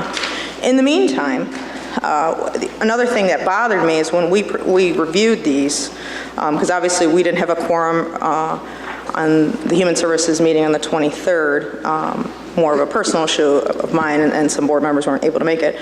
I met again with this committee that following Friday, and we were presented the different charts of where we're at. A couple things that bothered me. One, Wine Surgery kept their broker fee at the same rate. And then all of a sudden I saw Gallagher, because they had this opportunity to rebid everything, they dropped their broker fee by $500 under Wine Surgery, where they originally were at $34,000 or $33,000 or whatever it was. They said, well, no one ever told us we couldn't do it, so we did it. They also altered their insurance rates that they had given us. The next set were lower. To me, that's disingenuous. You would think you would get the best, lowest rate to provide to us. Why would it take you a second shot to go there? So all in all, I've voiced my displeasure with the chairman about how this process worked. Very disappointed in our insurance consultant, who we never had before, ironically enough, in the years that when I talked to Sheila, we've never had this consultant. This is the first time we've had this consultant since we had Gallagher. So it was kind of odd. I told him he should probably dismiss him. And another thing that the consultant failed to notify us was that he had a previous experience. He worked for Gallagher. So, I mean, I know Jesse's talking about pricing. This is an RFP. So there are a lot of aspects of it. Pricing is one, but also customer service. Gallagher, we had a workman's compensation issue. And Gallagher, the group that we worked with under Gallagher was called Citizens. And Sheila had many, many issues with Citizens, and even went to Gallagher and said, look, I don't want Citizens anymore. I want Safety National. Well, Gallagher kept pushing Citizens, even though we as the client didn't want them anymore. Jesse was kind enough to point that out, that they own Citizens. So they had of course they're going to push that forward, they own that. Instead of listening to us as the client saying, we don't want this, this is going to cost us tons of money, they still kept pushing that issue forward. To me, there's a lot of aspects that went wrong with it, and that's why, I brought this up to the committee. I was involved in it from the get-go, discussed it with the process, and I told the chairman he needs to fix it, and he said he'd get on that. So that's why we recommended Wine Surgery. We're glad you said you were going to keep it short. Thank you. Details. Yeah. Thank you, Ms. Castro. Any other thoughts, comments? Ms. Wonicky? This I will make short. Wine Surgery is not new to this county. They had provided insurance for several years for us, and personally, it's good to see them back. It's my opinion.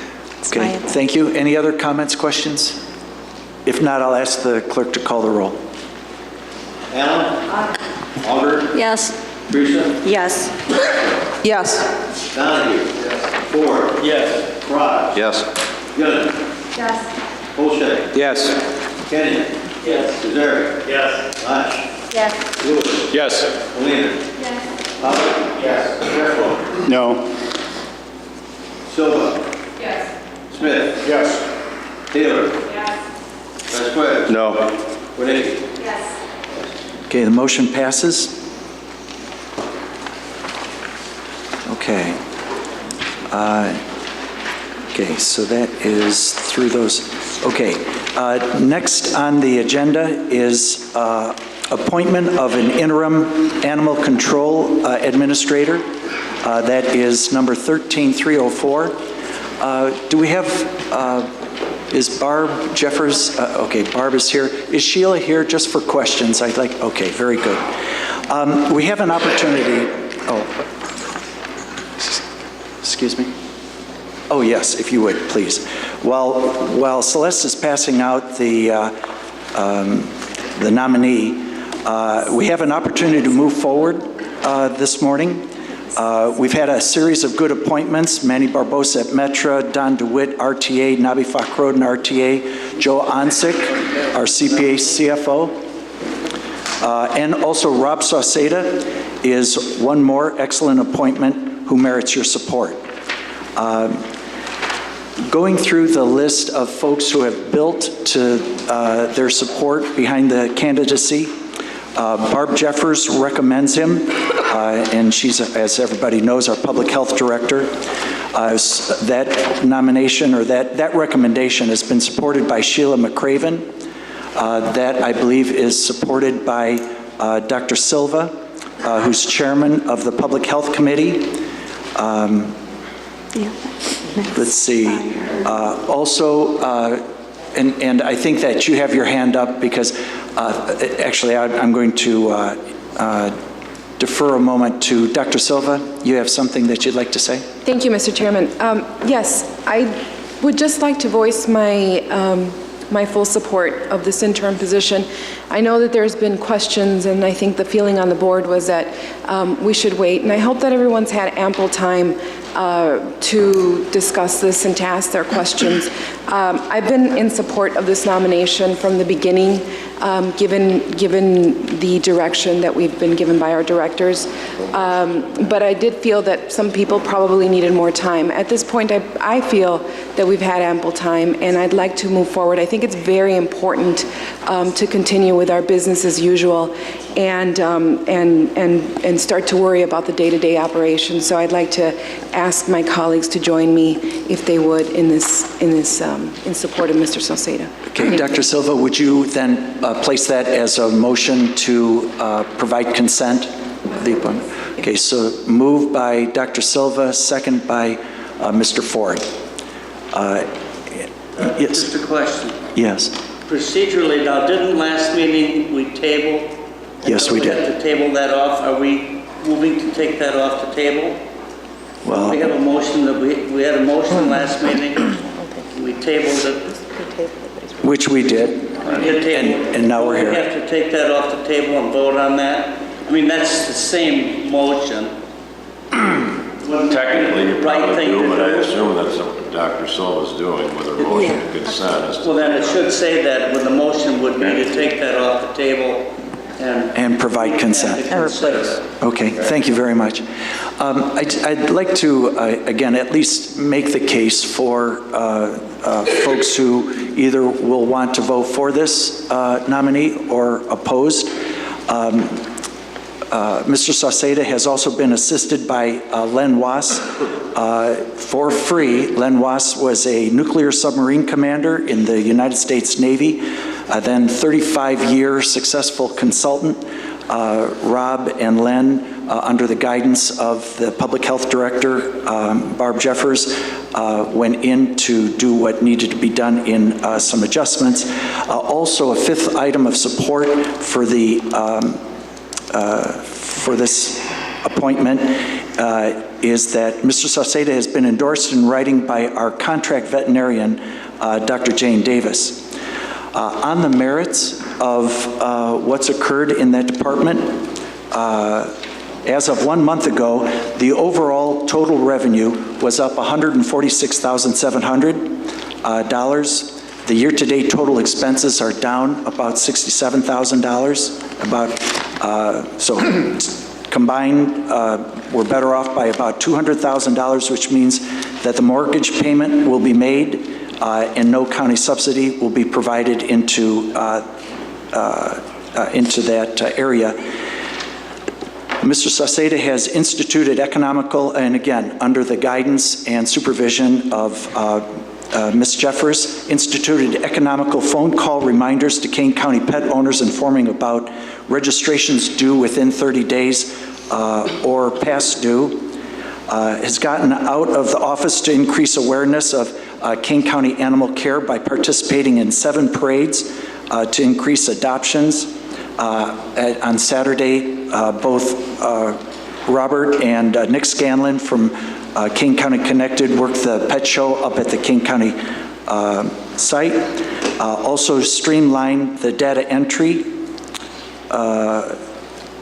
introduced social media, Twitter, Facebook, first ever pet show contest in Kane County on the internet, and then a communication program with veterinarians have partnered with low-cost rabies clinics called Just Animals. He has appointments. So with that, I would open it up to any thoughts. Mr. Pollack? Just a quick point of order, Mr. Chairman. Mr. Kenyon raised a very good point. The question is, are we voting to, last month, 13304 said that we're going to have not the interim, we're adding the word interim. Are we tabling that, or are we amending 13404? Was Dr. Silva's motion and Mr. Ford's second to amend the motion from last month to add the word interim, or are we voting to table again 13404 and replace it with this? And one of our attorneys could answer that. My understanding that Dr. Silva made a motion to consent to the appointment of this individual to this particular job.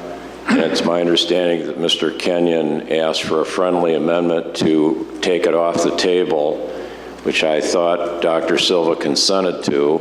And so at this time, it's my understanding that you're voting on whether or not this gentleman would be appointed with the consent of the county board.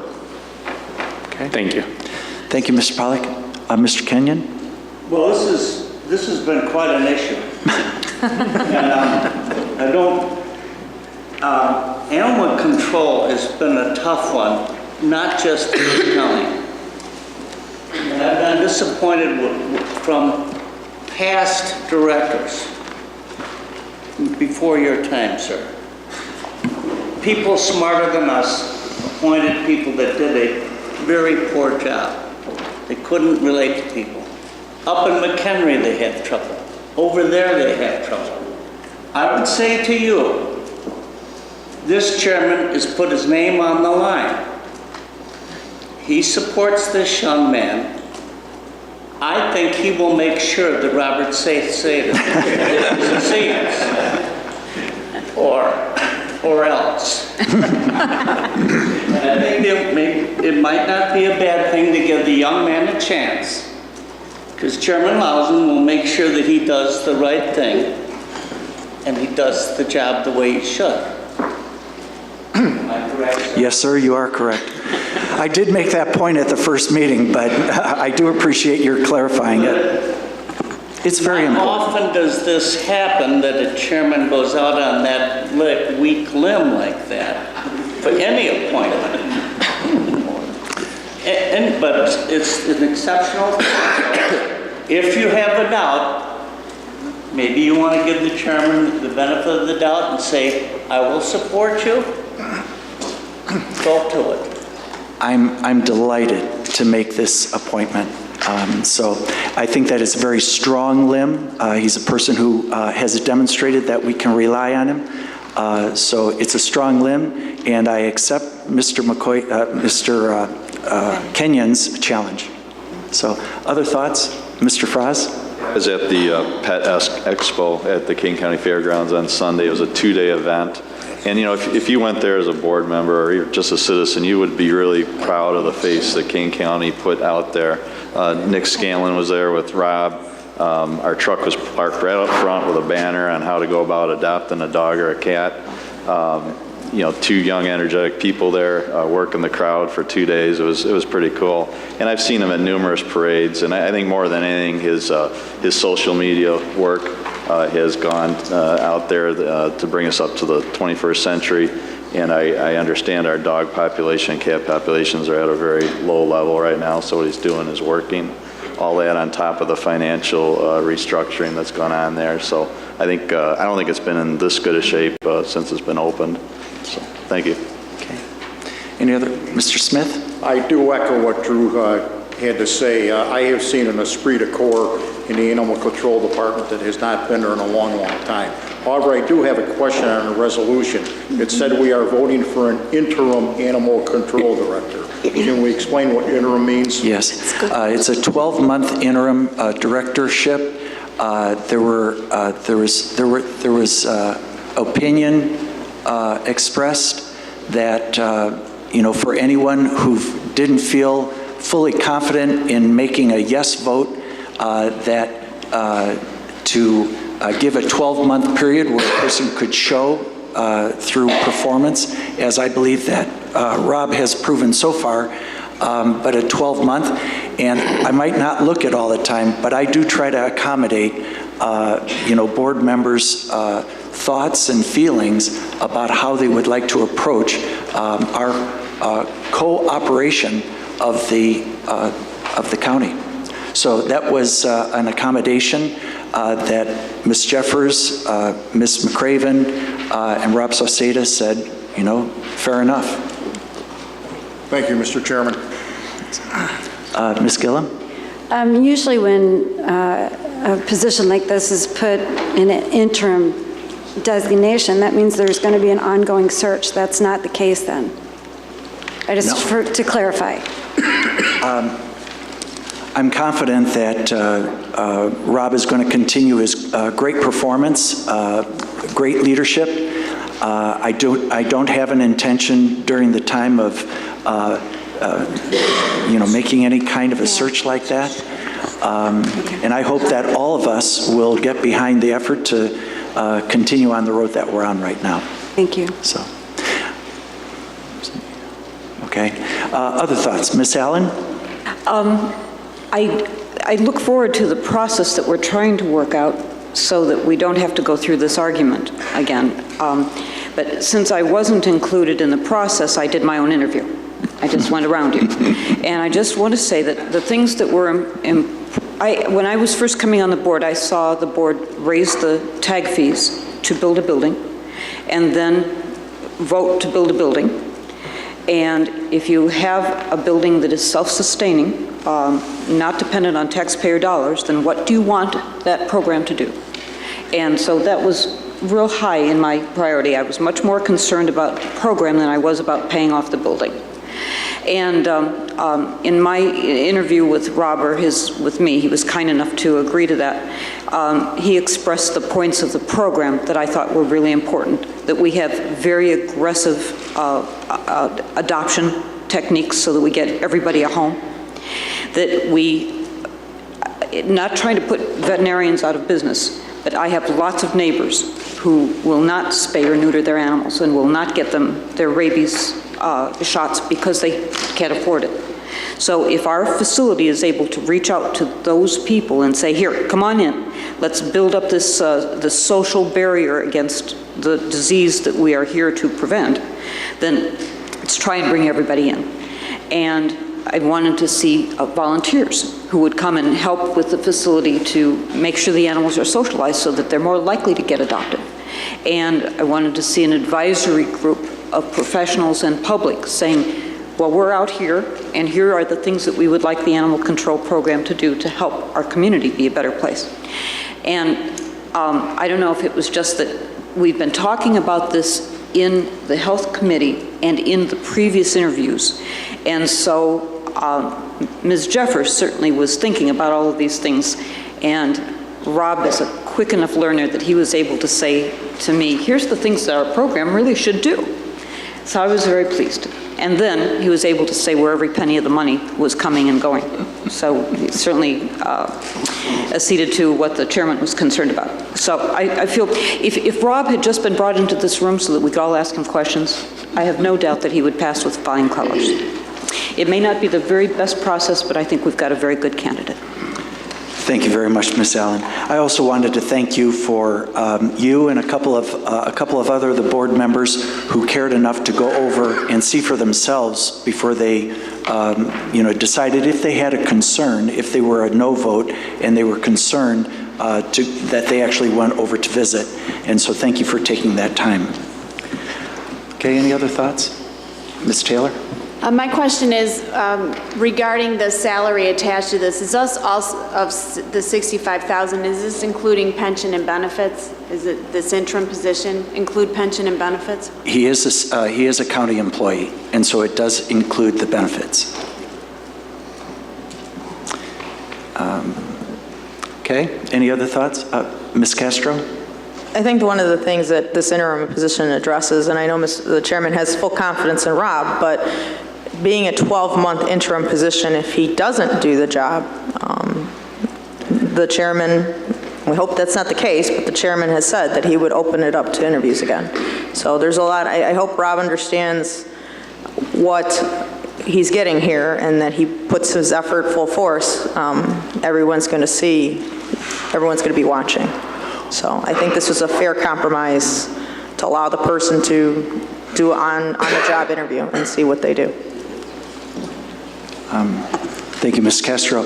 Can we call a question? Mr. Donahue? Yeah, thank you.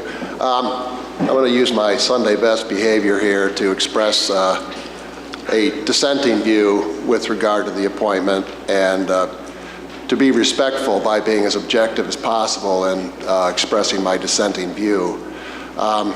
Frankly, I'm hard-pressed to understand how the passage of 10 months have so dramatically altered the circumstances under which this very appointment was rejected in January 2013.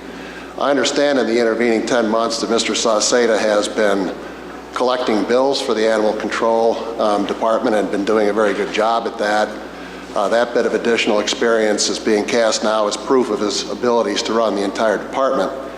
But beyond that difference, the issues that prevailed in January when we discussed this in executive session prevail today. And I don't believe that the public has a short-term memory in regard to those issues. So I am going to remain consistent with the positions that I stated in January and with the position that the majority of this board took in January, and I'm not going to be supporting this appointment. Okay, thank you. Any other thoughts, comments? Just to summarize, in this animal care business, you really gotta like animals. That is a fundamental. But I think that in the best management practices business, you really have to love people. And so I'd like to add, there's one more group that would like to weigh in on this appointment, and that's Rob's teammates. I got a couple of letters. I've chosen the shorter one of the two, but both of them express the same sentiment. This comes from Janet Hoffman, who's been there has been at Animal Control for a good while. She says in part, for the past 6 months, we've had the privilege of working with Robert Sauceda. I certainly don't want that to change and would like to see Rob have the position of Kane County Administrator. I have been employed at Animal Control for 4 years, and within the past 6 months have seen positive changes occurring and a positive future for animal control, which I have not seen before. Mr. Sauceda has brought about enthusiasm again at Animal Control through his new ideas, enthusiasm, and most of all, shows the employees respect, which past administrators haven't. It is refreshing to have an administrator join in and help whenever needed. I have even seen Rob working back in the kennels when we have been short a person, that is cleaning out the cages. This, of course, has brought up morale. Seeing these changes and Rob's enthusiasm to make animal control better each day makes it obvious that he would be a great administrator for animal control. Thank you for your time. So there was another one, a longer one from Melba Mata. One other thing that I would like to add is that, ask yourself yesterday and over this weekend when we were honoring our veterans and wishing them well, we do have in Rob Sauceda a member of the 801st Combat Support Hospital U.S. Army Reserve veteran that's come before this board for confirmation. And so with that, I'd ask the clerk to call the roll. Allen. Aye. Auger. Teresa. Castro. Yes. Donahue. No. Ford. Yes. Bronx. Yes. Gillian. Yes. Bullshit. Kenyon. Yes. Lazare. Yes. Lash. Lewis. Yes. Molina. Yes. Pollock. Yes. Sheffro. Yes. Silva. Smith. Yes. Taylor. Yes. Vasquez. No. Lenny. Yes.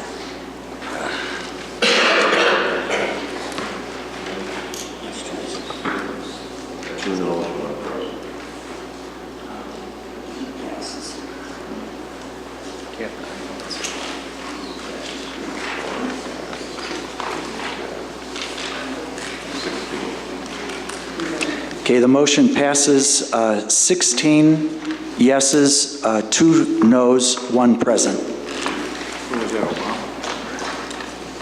The next item on the agenda is appointments. This is the Agricultural and Conservation Easement and Farmland Protection Commission. Let's see. I hope that this is in the proper form. I'm not positive that it is, but it's Barb Wodnicki, who has served on that board in the past. I'm also asking Barb if she would help me run the meetings. And so we need a motion to consent. So Mr. Kenyon, second by Mr. Smith. Any thoughts, comments? Thank you, Mr. Chairman. Since I'm chairman of the Agriculture Committee and my district has mainly been rural and agricultural, under redistricting I lost 2 of my agricultural townships and they went to Barb. So I think it is more than fitting that she sit on this committee. Good. All right. Mr. Kenyon? Barb's heart and soul is in preservation. Yeah.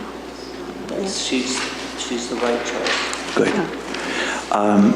Okay, if there are no other comments, questions, I'll ask the clerk to call the roll. Allen. Aye. Auger. Yes. Teresa. Yes. Castro. Yes. Donahue. Yes. Ford. Yes. Bronx. Yes. Gillian. Yes. Kenyon. Yes. Lazare. Yes. Lash. Yes. Lewis. Yes. Molina. Yes. Thomas. Yes. Sheffro. Yes. Silva. Smith. Yes. Taylor. Yes. Vasquez. Yes. Do I abstain on this? Gotta have to.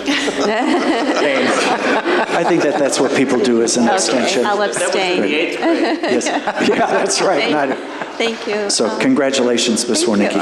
Thank you. I don't believe that we have anything on executive session today. Okay. No speakers on non-agenda items. Ms. Wodnicki? Thank you, Mr. Chairman. If I could have the floor for just a moment. And I spoke with Mr. Smith about this earlier.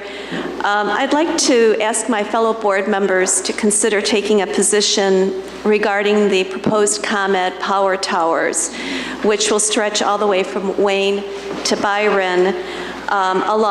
They go along a new subdivision on Bowes Road, and they cross through several historic farms in Kane County, probably with the best farm soil that we have.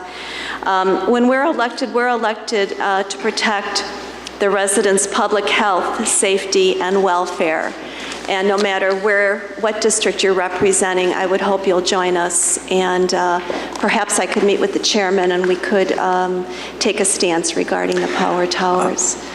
You know, I've been well-trained by this board, and I understand that probably the best approach to take on something that has as many facets as that question has, to go through the committee process. Sure. And so I believe that probably the Development Committee would be a good one to have that discussion start at. And with your, if you would like to work on that, and if the chairman of that committee would like to address it, you know, I'd be in favor of the discussion. It's on the fast track. That's another issue. I think ComEd is going to submit their request to the ICC before the end of this year. I understand. They are on the fast track. And Mr. Donahue? I guess our next development committee is tomorrow, so I'm not sure we have enough time to put it on the agenda. But since we're talking about this in public, I said this at Forest Preserve Commission because we talked about it in public there, and the first time I've talked about it in public here. With regard to this issue, I'm going to be abstaining from all discussion and votes on this because of my business interests in renewable energy in Illinois are affected by the presence or absence of the project. So I'm happy to facilitate this at development, but I will step down and have Vice Chairman Barrero handle me. All right. Thank you very much. Mr. Okay. Chairman? Mr. Kenyon? This could go to the Agricultural Committee, and then it could get on the agenda. Yeah. Let's take a look at where it best fits. The other choice is, the line could go down the railroad, and it won't hurt anybody. That's the deal. Yeah. Well, let's talk about this in committee. I mean, I've been well-trained. The committee that it probably would fit into would be an energy and environmental. Well, we won't be making that decision today. It will go to an appropriate committee for further discussion. Hey, let me move we adjourn, sir. Okay. So in Mr. Heyman's absence, Mr. Kenyon moves. Let's see. I'm getting a motion from Ms. Allen. Ms. Allen? Just wanted to say thank you to all of you who represented us at the opening of the Anderson Road project. It looks amazing, and thank you for being there on what was obviously a very windy day, and for getting that project underway. Thanks.